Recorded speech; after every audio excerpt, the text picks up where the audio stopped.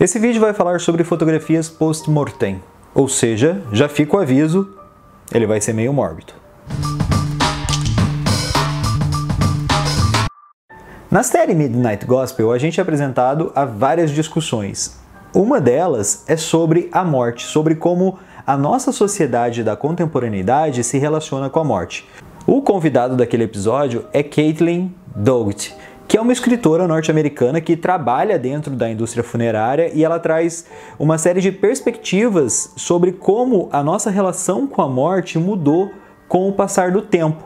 A Caitlin, ela fala muito sobre como, dentro de uma sociedade capitalista, a morte ela se transforma em uma indústria e como essa indústria muda a relação que as pessoas têm com a sua própria vida e com a morte. Antigamente a morte era uma coisa muito doméstica e como essa industrialização dos ritos funerários transforma a morte numa coisa separada do nosso cotidiano.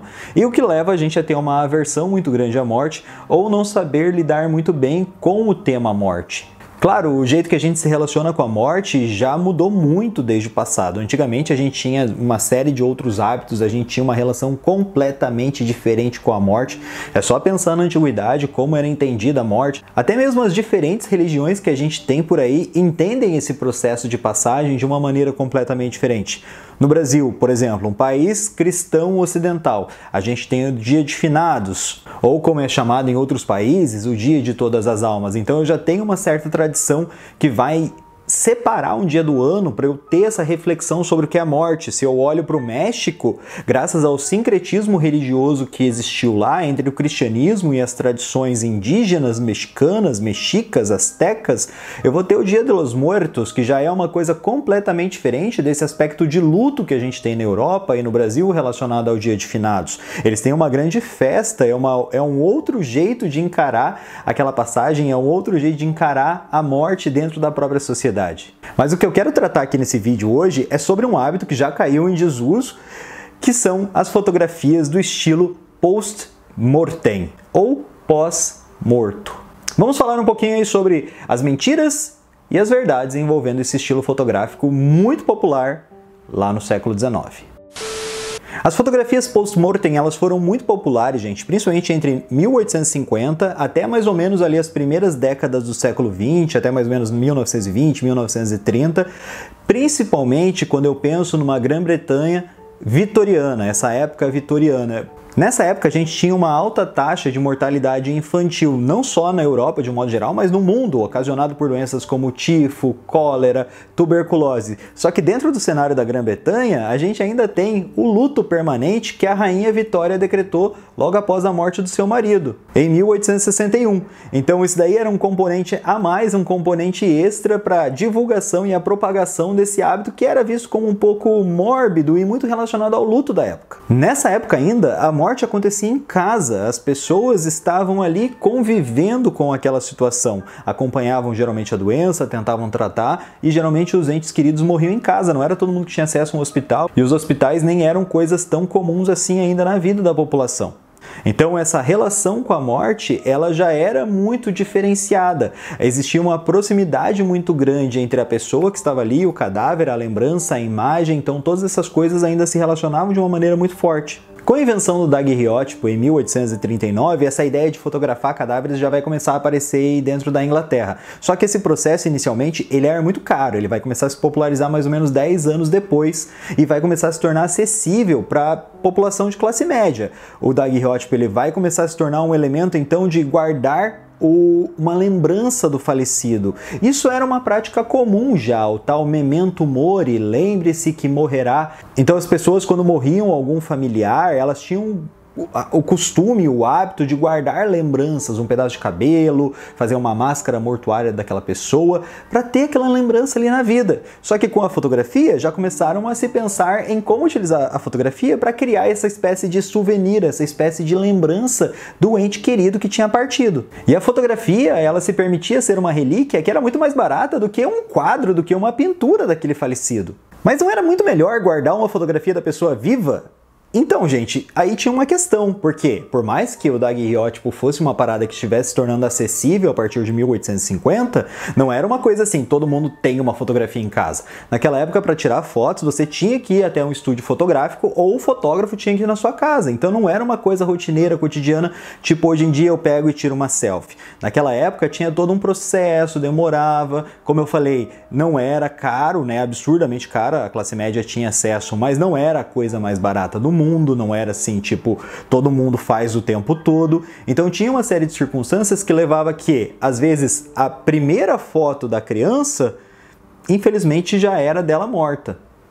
A fotografia post-mortem ela é muito associada a essa era vitoriana na Inglaterra e tal, mas ela também se popularizou muito nos Estados Unidos e também na Índia. Só que é interessante a gente perceber que em cada lugar onde essa fotografia se popularizou, ela tinha aspectos relacionados à cultura e à religiosidade local, ou seja, é muito difícil eu comparar a fotografia pós-morte lá dos Estados Unidos com a fotografia pós-morte lá na Índia. Até mesmo o uso era completamente diferente, a estética era muito diferente. Eu posso até separar essas fotografias pós-morte em algumas categorias que querem passar mensagens específicas relacionadas a essas lembranças.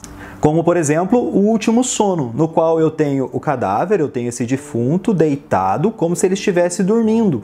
E às vezes essas poses dele dormindo podiam ser extremamente decoradas, aí lembrando de fato a ideia de um velório, ou então não, como se ele estivesse realmente adormecido. Essa ideia de entrar para o sono eterno. Esse estilo de encarar a morte como esse último sono, como esse sono do qual a pessoa não vai mais acordar. Um outro estilo era a última presença social, no qual o morto ele era colocado sentado, geralmente num ambiente público, para que as pessoas pudessem visitá-lo, e essas fotografias elas eram tiradas como se o morto estivesse lá recebendo as pessoas que estão naquele ambiente. Aí eu tenho essa ideia de um último evento em honra ao morto, ou o morto ali como se estivesse vivo recebendo aquelas pessoas para sua passagem. Um dos exemplos mais tristes e infelizmente um dos mais comuns dentro da fotografia pós-morte, a gente tem a mãe e filho.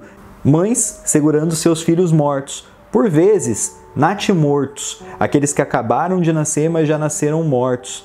Essas figuras elas trazem uma carga emocional muito forte, essas fotografias elas são meio chocantes às vezes e de fato elas querem representar esse luto materno, essa dor da mãe que segura o filho. A gente pode até relacionar as poses muitas vezes dessas mães segurando os filhos com a da Pietà, que é a imagem católica muito famosa de a Virgem Maria segurando seu filho Cristo morto. Outro estilo muito comum que a gente tem é o morto com a família, e aí às vezes ele pode estar sentado junto da família, em volta da família, e também pode estar dentro do caixão e a família em volta, uma pose de um funeral ou algo do tipo. E aí quando eu penso na questão de culturas diferentes, eu posso pensar muito na questão da Índia, onde essa fotografia pós-morte ela era utilizada como um atestado de óbito, já que na maioria das vezes os cadáveres eles eram cremados. Só que tudo que é meio mórbido, tudo que é meio estranho, cai na internet e as pessoas começam a criar várias ideias, várias mentiras, vários mitos. E sobre as fotografias pós-morte, não foi diferente. Na internet se espalhou um monte de ideia errada sobre o que era essa fotografia pós-morte e se criou um monte de mitos em volta dessa fotografia. Um dos mitos mais comuns é a ideia de que as pessoas, os fotógrafos da época, tinham equipamentos que deixavam os cadáveres de pé para tirarem fotos como se estivessem vivos. Gente, isso daí não existe nenhuma comprovação histórica que isso é verdade. Existiam realmente equipamentos que você podia acoplar no corpo e impedir que os vivos se mexessem. Porque naquela época as fotografias elas demoravam às vezes até 1 minuto para ser registrada.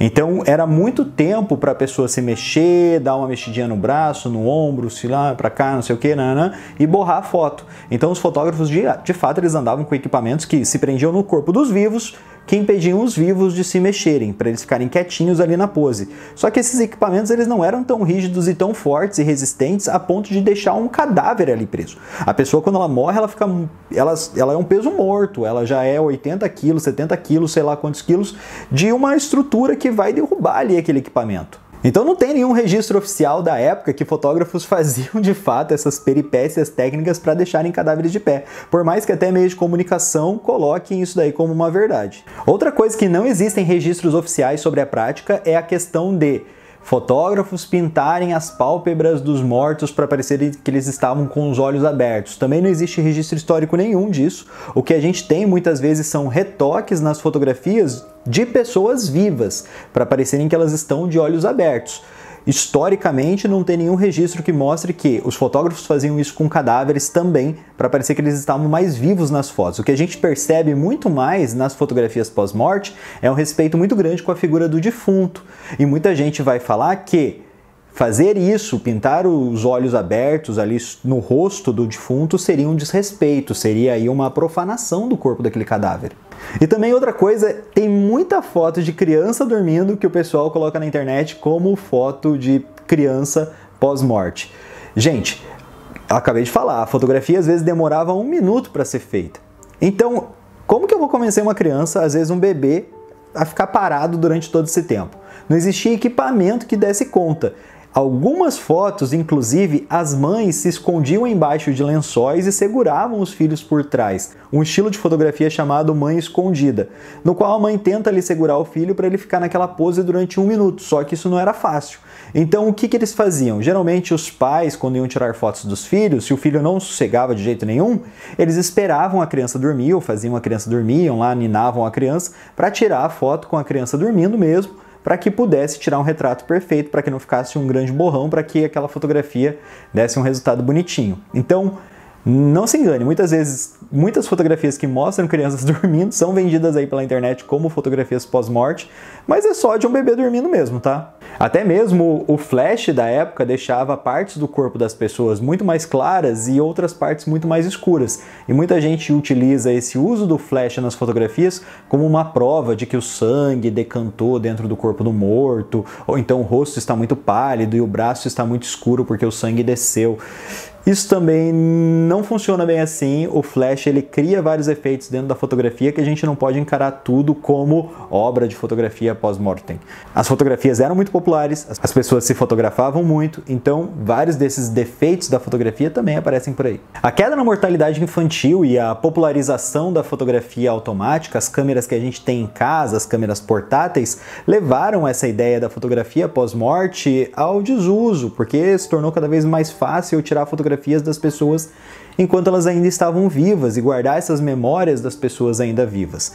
Mas hoje em dia, na contemporaneidade, a gente ainda tem muito artista que vai utilizar a fotografia pós-morte para refletir sobre os nossos hábitos em relação à morte, como a gente se relaciona hoje em dia com essa indústria mortuária e até mesmo com a questão do luto. Artistas como Nan Goldin, André Serrano, Jeffrey Silverthorne, Hans Danusser, Hannah Wilk, todos eles vão trazer essa figura da morte, todos eles vão trazer essa fotografia que trabalha com a questão do além-vida para refletir sobre como a gente dialoga com a nossa vida, como a gente encara a morte dentro do nosso cotidiano. Esse episódio do Midnight Gospel me deixou muito ansioso para ler os livros da Caitlin. Assim que eu tiver um tempo aí na minha agenda de livros, na minha agenda de leituras, eu quero ler o trabalho dela para entender um pouquinho mais. Eu acho que essa reflexão sobre como a gente lida com a morte é extremamente válida. E você? Já conhecia o trabalho da Caitlin? Você já conhecia essas fotografias mórbidas aí do post-mortem?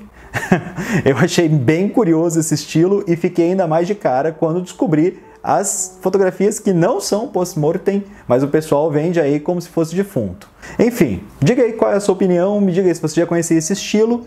E é isso aí, galera. Pensem aí sobre a vida, pensem sobre a morte, afinal eu acho que essa é a única certeza que a gente tem, né? A gente tem que naturalizar essa questão e aprender a lidar com ela da melhor maneira possível. Fiquem bem, um grande beijo e tchau, tchau.